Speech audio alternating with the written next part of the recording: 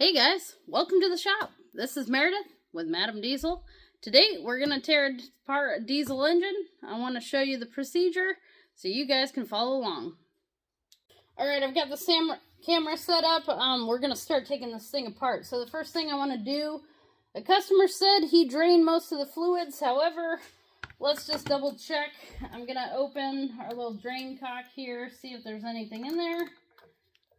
And there is ever so slightly, not much. Beats getting all over my floor. So yay, we are good there. So we can get that guy out of the way.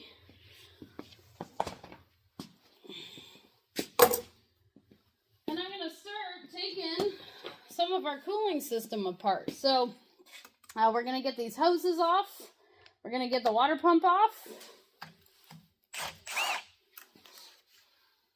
Just undo these hose clamps. These hose clamps, these standard ones, 8mm. No point in wasting your time trying to undo every clamp. And of course, in natural succession, people have put clamps where they don't belong. Really handy thing for getting hoses off. These hoses have been here for years. Some of them will come easier than others. And some of them may not, so I will take my channel locks and pop those loose. These hoses are all garbage, so I'm not too worried about cutting them or breaking them. She's a feisty one. Let me get over here so you guys can see this. So I will grab this thing, and if I can get it to twist on its barb, I'm not death squeezing, just tight enough to get the hose loose. And once it's loose, then I'm able to wiggle it off by hand. Oh, she's crusty. Crusty and delicious. Now this hose clamp, totally where I can't access it. So we're just going to leave these hoses attached for now. We're going to start working on the water pump, the coolant pump. Let's get this pulley out of our way.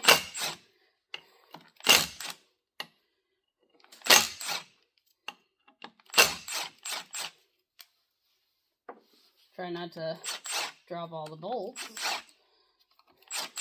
This will give us a little bit more visibility behind this pulley, and we'll be able to get a good look at the water pump and how it's doing. So pretty crusty.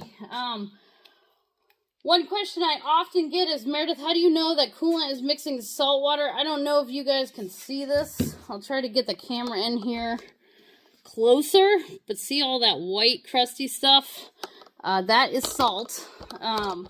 It's kind of a dead giveaway, especially once the coolant's been drained. The salt tends to kind of hang around and leave a residue that's rather obvious. So this guy, this hose, get this guy out of the way. Oh, see, what did I tell you? This coolant shows me that coolant drain is good and clogged. So while I'm working on this stuff, while I'm up close and personal on any particular section of the engine, I kind of clean as I go. And my mom taught me this when I was learning to bake, and it was a really good skill and stuck with me. So I actually do this as I'm working. I kind of work on a section of the engine. I start getting things torn apart and out of my way, and then I pause and I go put all the pieces that I've just kind of thrown down around me in order with their bolts. Then at the end of the night before I leave, if this engine's going to be here for a while, or it's going to take, a couple months or more, everything gets ziplocked and bagged. Even if I've had this engine apart 100 times, it doesn't matter. It makes it so much faster to put it back together. And for whatever reason, if I need this table for something else, and this engine, isn't moving for whatever reason, like perhaps, the owner needs to save up some money, if we found something major, like whatever, if it ends up taking longer than expected, I can set the block off to the side with its box of nuts and bolts and all the parts, and it's super easy to put together even a year later. Marine engines are kind of unique in the sense that this isn't the automotive world, so there is quite a bit of time frame when you have a rebuilt engine, an engine for rebuild on your workbench, because, you know, like, these marine parts aren't always the fastest to get because these engines are smaller. Some machine shops just do not want to touch these engines, and so I've had engines that are in my shop for over a year waiting on parts or machining because the machine shop, you know, they put the engine on the back of their shelf, and it doesn't seem to matter that we want the stuff right away. They're not interested because there's no big money gain. So I'm gonna get the thermostat housing off here. There we go. Delicious. We got flying hose clamps everywhere. Now, even though most of these parts are going to be replaced, I will be holding on to these parts until the new parts are in my hand, because this engine was running with the existing parts. The marine world can be rather weird when it comes to shortages, and during COVID, see, here's all the coolant that didn't want to come out of our little drain cock.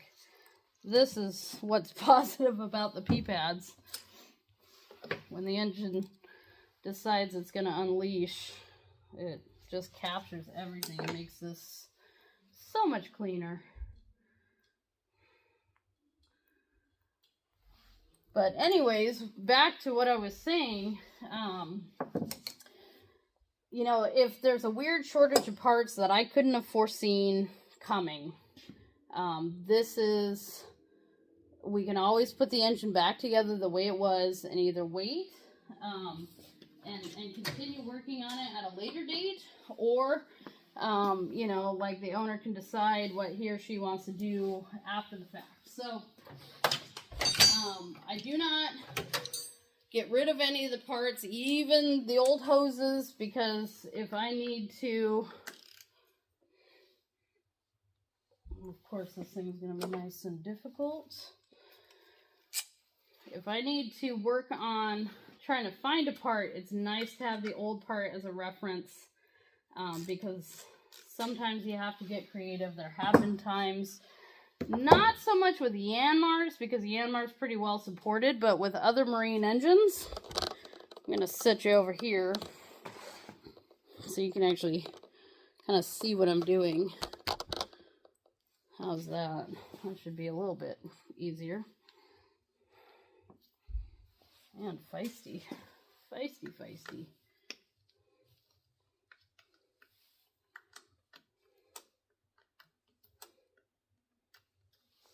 There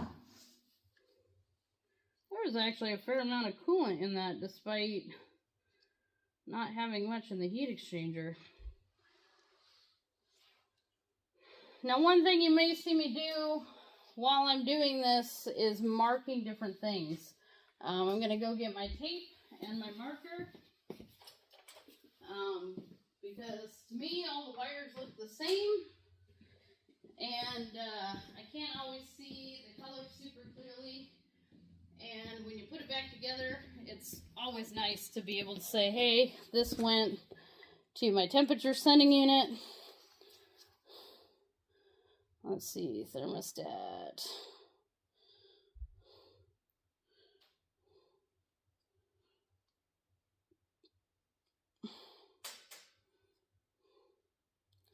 You don't have to necessarily know what these parts are called.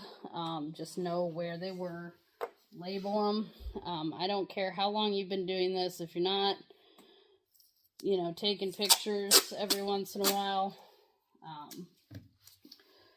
you might run into problems. So it's easier just to stick a piece of tape, label what you got, and go from there. That way, when I take this harness off, everything's labeled, and I can just lay it out immediately, because it all looks the same after a while. Get all of our bits and bobs back.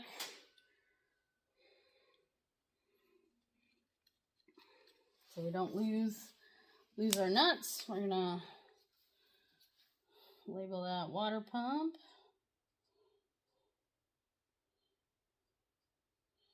Now these wires are different colors. There's one black stripe and one blue stripe, but with as much dirt and paint and everything on it, I can't see the difference. So it takes 2 seconds to do this. Doesn't have to be perfect.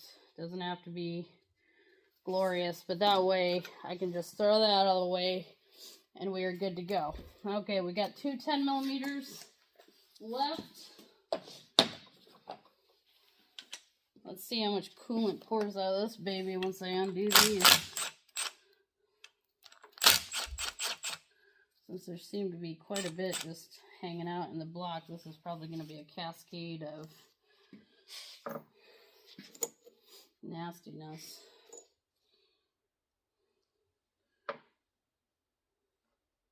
Now, honestly, I wonder if I should put another rag there. That might not be such a bad idea. Let's put some rags here in preparation for the coolant flood that is about to be. We'll get our pan, because it's always better. And we'll just prepare for the onslaught. Oh yeah. Pea pads, kids. Oakum's laying down behind me on the forklift. I don't know if you can see her, but when you have a dog, you don't really want coolant all over the floor. Now, she's been extraordinarily good at not being attracted to things like coolant, which is really nice. However, I just don't want to find out. So, here's our water pump and the thermostat on top. Pretty crusty looking. I'm gonna go set some of this stuff aside.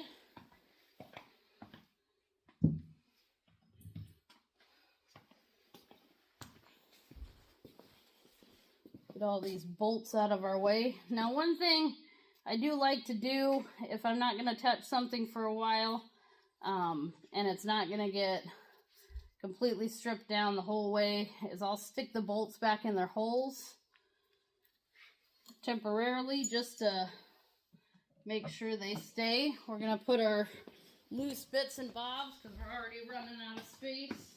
I'm going to put our loose bits and bobs over here. All of my water pump bolts go with their respective bolt holes.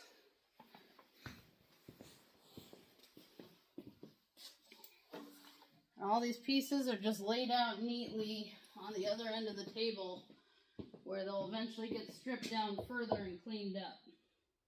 Cleaned up, bolts are going to go in bags, everything's going to be labeled, ready to go. So, right now, we're not going to worry about the gear housing just yet. I'm just going to work on the manifolds. I think I'm going to save the gear housing for another day. There is a ton of coolant everywhere because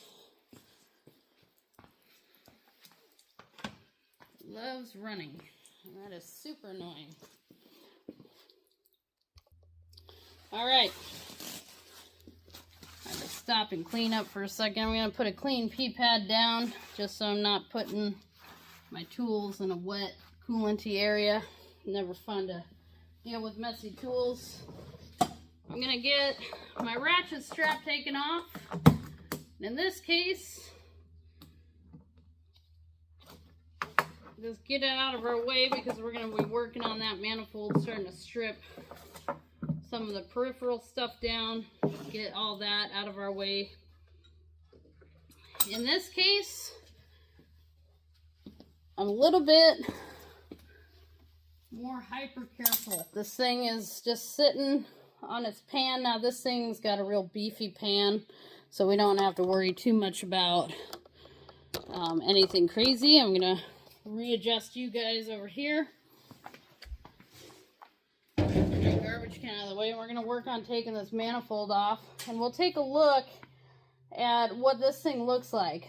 One of the main complaints this engine had was this thing had a ton of blow-by, and it had a lot of smoke. It was burning oil. It wasn't running super crazy efficiently. So let's see if I can get you kind of more in an area where you can see what I'm doing without too much interruption here.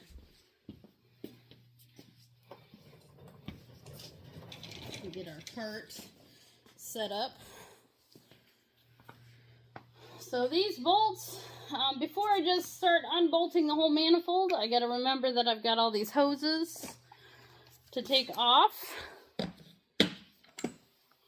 And so we are going to start removing hoses. Now, I really love this little impact. However, that being said, if the bolt looks rusty, crusty, you know, hit it with some PB Blaster. Be very patient with it.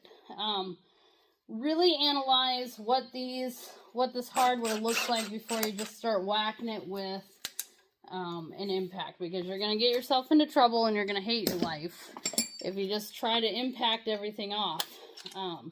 Because that's where a ton of guys get into trouble with broken bolts. And then they have to deal with extracting the stuff, and it's not fun. So we don't want to do that. We don't want to play that game. This is where kind of the female finesse approach can really help you out. So here's another ancient hose. These are all original. The clamps are all original.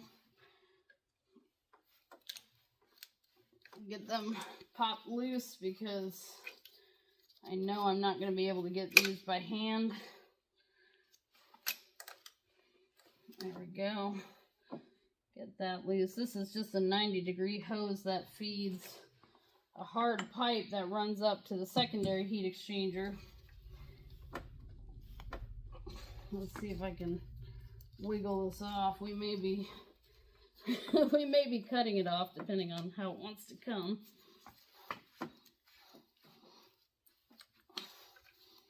We're getting there. Come on, you can do it.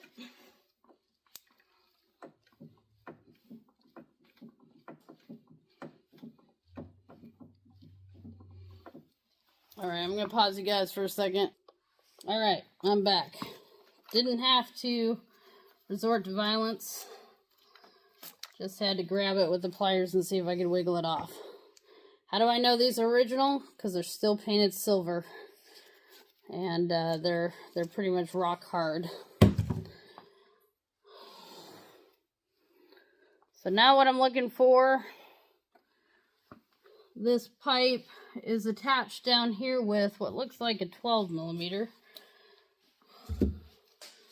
Yanmars do like their 12 millimeters. At least they're consistent. That is nice. Oh yeah, there we go. So I don't think my impact's gonna reach there, so we'll grab the ratchet. There we go. Get that guy loose. This is a bracket that holds this hard pipe in place. And so we're gonna just undo this bolt. And this pipe won't move too much, but it will allow us to get the manifold out of the way, which in turn will allow us to get to the stuff kind of under and back here so much easier. So now we're loose there.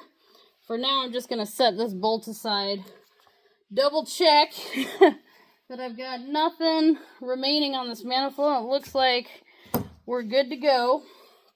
So we're going to zip this guy off real quick.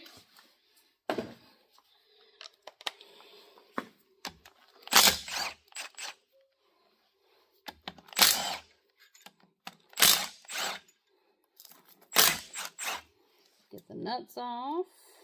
Get all the bolts out.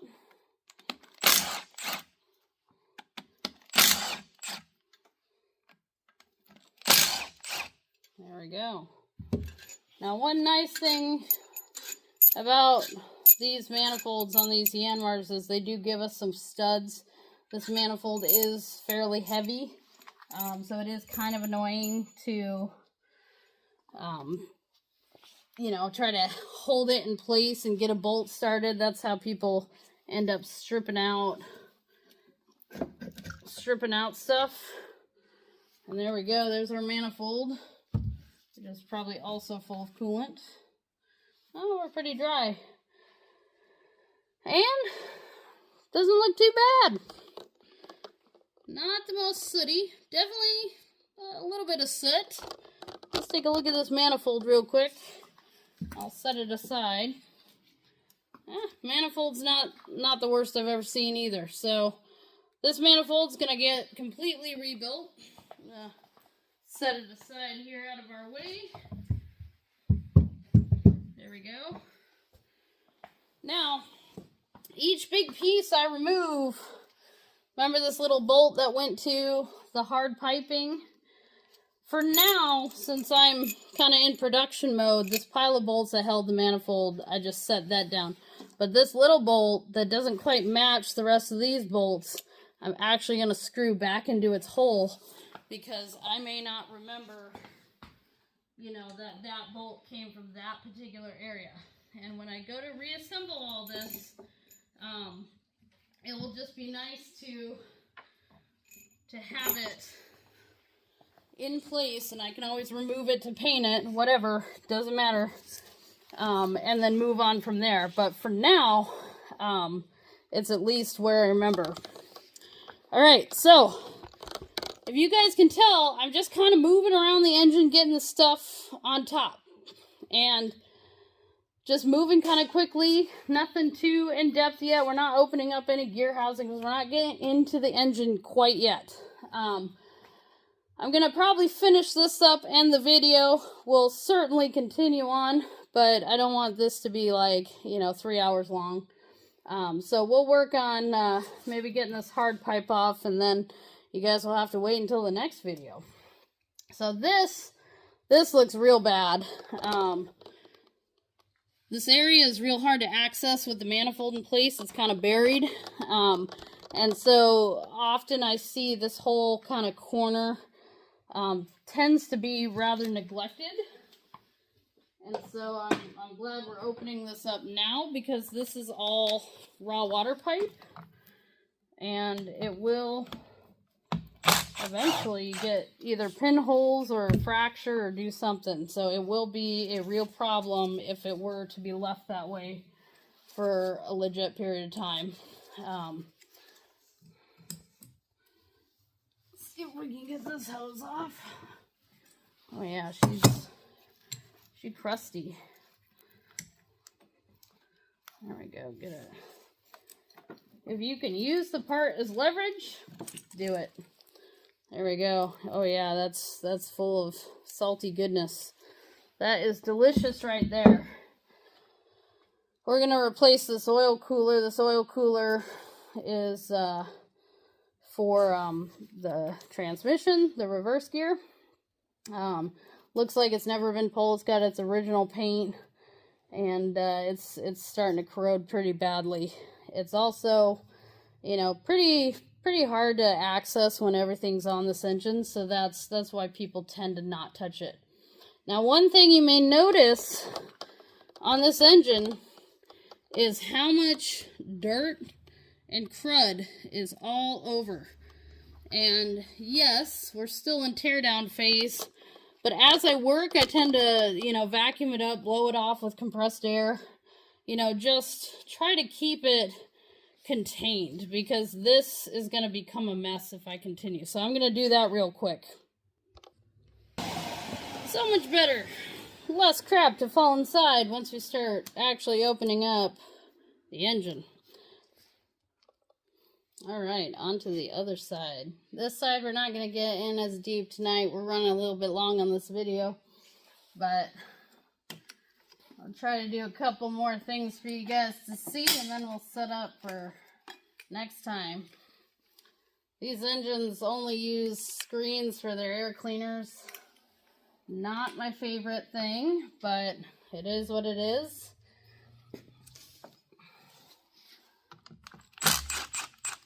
Let's get our oil cooler lines undone. There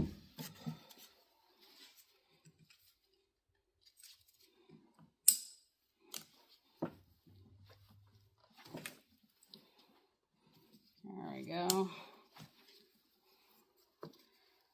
All right, and our oil cooler. Well, I guess it does have engine oil lines going to it. Why don't we get some of this injection line stuff off first? So these hard injection lines, these high pressure injection lines, we're looking at 17 millimeter and 12 millimeter hold down bracket, looks like. So I'm going to get my cart in real close just so I can get through some of this stuff. I'm trying not to bore you guys with a bunch of disassembly, but I was hoping you'd get to see at least a chunk of the teardown today. I'm going to move behind you so I'm not blocking.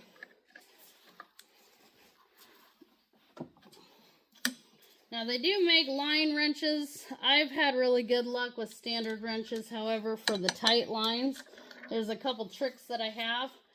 One thing to be very careful of is when you're undoing these hard injection lines, be very, very careful. If you put a wrench on one of these nuts and it doesn't, if it looks like it's twisting the actual hard line itself, stop. Do not force it. This engine is new enough, you can still get injection lines. However, a lot of older mechanical engines, you cannot get these lines anymore. And you'd be forced to buy like a parts engine or something off eBay, which may or may not be in worse shape. If it really doesn't want to come, take your time, hit it with some Croil or PB Blaster, and be gentle with it. Nothing on any of these diesels that I work with require crazy manpower. Believe it or not, even, you know, there's ways to use leverage to help you out. If you can't get something, that's fine. You know, we all come across struggling with some stuff. I'm gonna get this filter out of our way. See if I can get that pop loose. Get this banjo fitting off. We got our hoses in the way. And this is gonna have some diesel coming out of it. I think the filter is still full of diesel. Yep. This is why I love P-pads. And all this fuel stuff that I take apart today, even though nobody's in the shop except for me, everything gets covered up when I'm done. So right now, since I'm actively working on it, not such a big deal. However, once I'm done, this is literally all gonna get, you know, put away neatly, covered up. I love to use aluminum foil. Aluminum foil is your friend when it comes to keeping things covered, and you can actually see some of the aluminum foil I've got on this lift pump here. I'm just going to get this little clamp undone.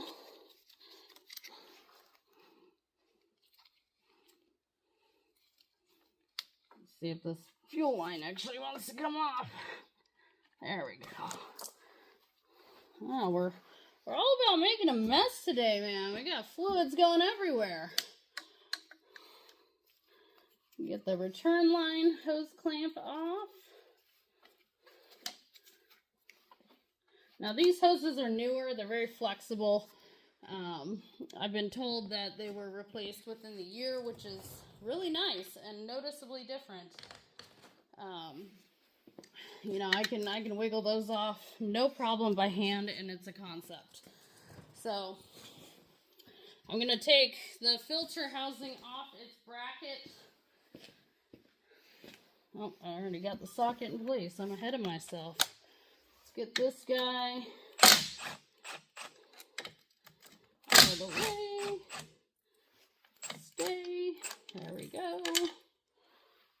Oh, I got one more. Let's put these bolts back in their holes so we don't lose them.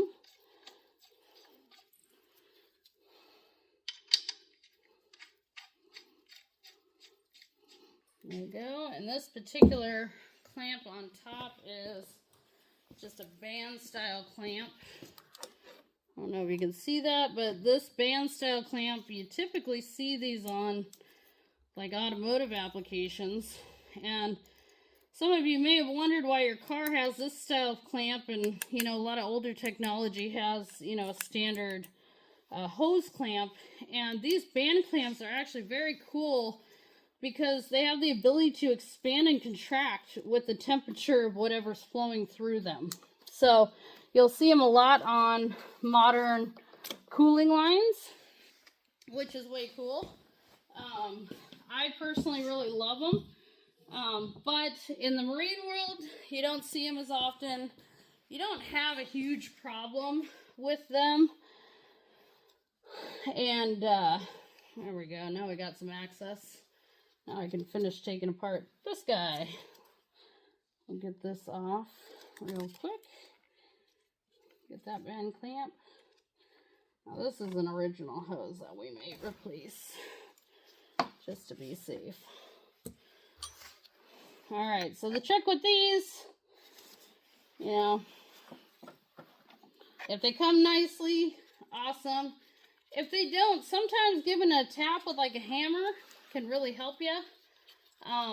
But one thing you might notice is you cannot fit the wrench in there or turn anything. So get one done at a time.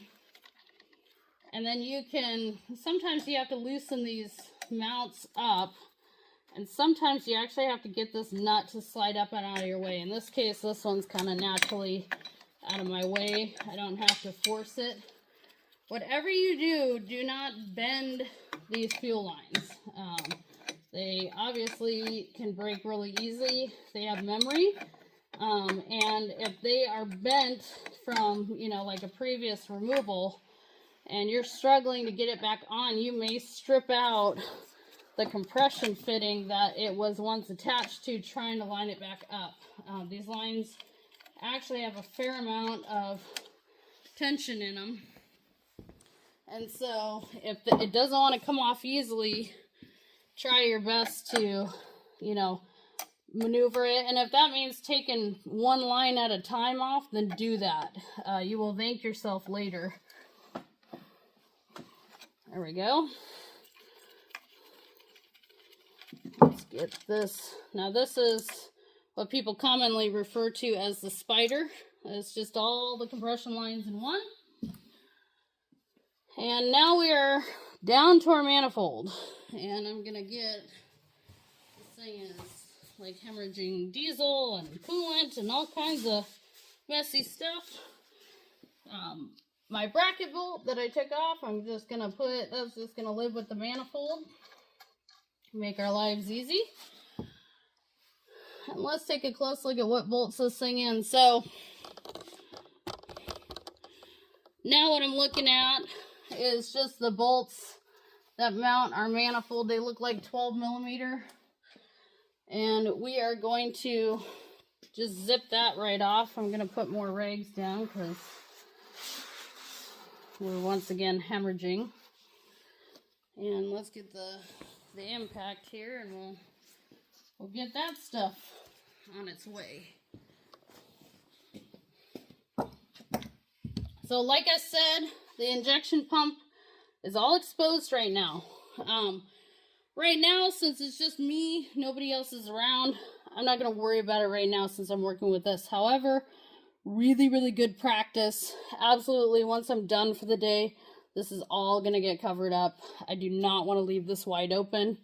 It's amazing how much dust and crud will find its way. In fact, you know what? I'm going to take my own advice and cover this up just like that. Just in case any loose paint chips find their way out, I'd rather, you know, like have it covered and not worry about it. Let's just cover that guy up too. because this injection pump, as far as I know, it was operating perfectly fine before this engine came here. And that injection pump is not a cheap pump to have rebuilt unless you need it rebuilt. It's worth it if you need it, but if you don't, there's no reason to do anything with it other than we want to try to keep things as clean as possible. So I'm going to get my 12 millimeter. We're going to undo this bracket first, get the dipstick kind of away from the manifold, because the dipstick bracket is in fact held to the manifold by this bracket. Try not to drop our bolts. There we go. Looks like I can get everything else out without moving too much. I just got an extension and a 12 millimeter here.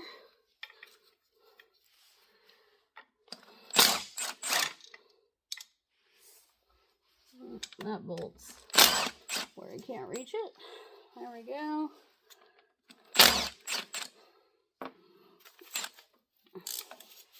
Now it's obviously easy to do, you know, when it's on a table, right? Where the real skill kind of comes in is once you start, you know, working inside the boat, where if you drop a bolt, it goes into the middle of nowhere. This thing should pop loose. Let's give her a love tap. That's where mechanics are made. So we're going to give it a love tap. This is aluminum, so I am using a rubber mallet, and I'm just giving it a love tap. You do not need to kill these things, and if you do, there's a problem. So let's see if this guy, I was kind of hoping I could cheat, but probably not. Let's get a bigger, I think that's a 14.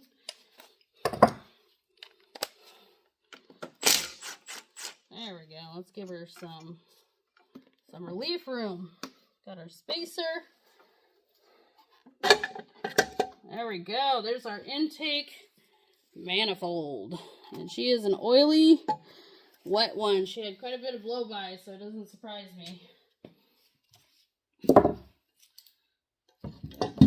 That all set up. And let's take a look in the channels of this. I don't know if you guys can see this. We'll get a flashlight. So not the most terrible, a little bit wet. I'm going to flip the camera around so we can get a close-up view. Alright, so I'm looking down one of those ports. And let's see if I can get it to stay focused. And you can see the top of the valve and the valve stem sticking up, and you can see that it is all wet up in there. That tells me valve stem seals were leaking. Let's see what this one looks like, if it would focus. I guess we're not going to focus, but I think you guys get the point. So every valve on that is a little bit wet. Nothing dramatic. We don't have any completely blown seals. Let's take a look at the exhaust side.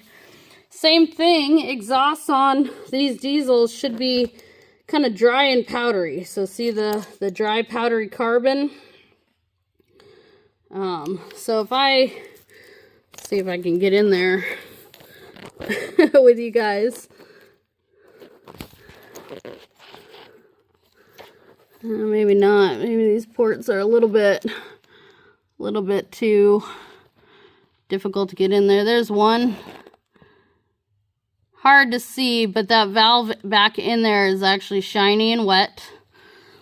Not dramatic, but obviously when we remove the head, we're going to be, you know, redoing valve stem seals.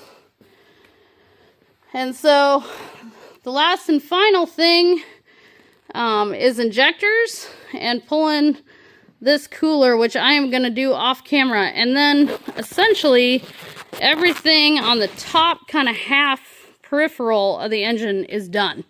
So one thing you may notice with me is I tend to work in layers. And I tend to do the top half And then I kind of come down and I work on the bottom half, and I work on all the peripherals. And right now, as you guys can see, everything's just kind of a mess.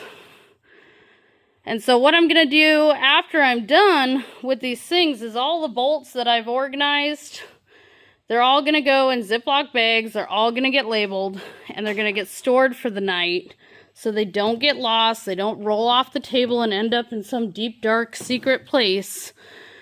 And when I come back tomorrow or the next day, we'll be ready to get started right where we left off.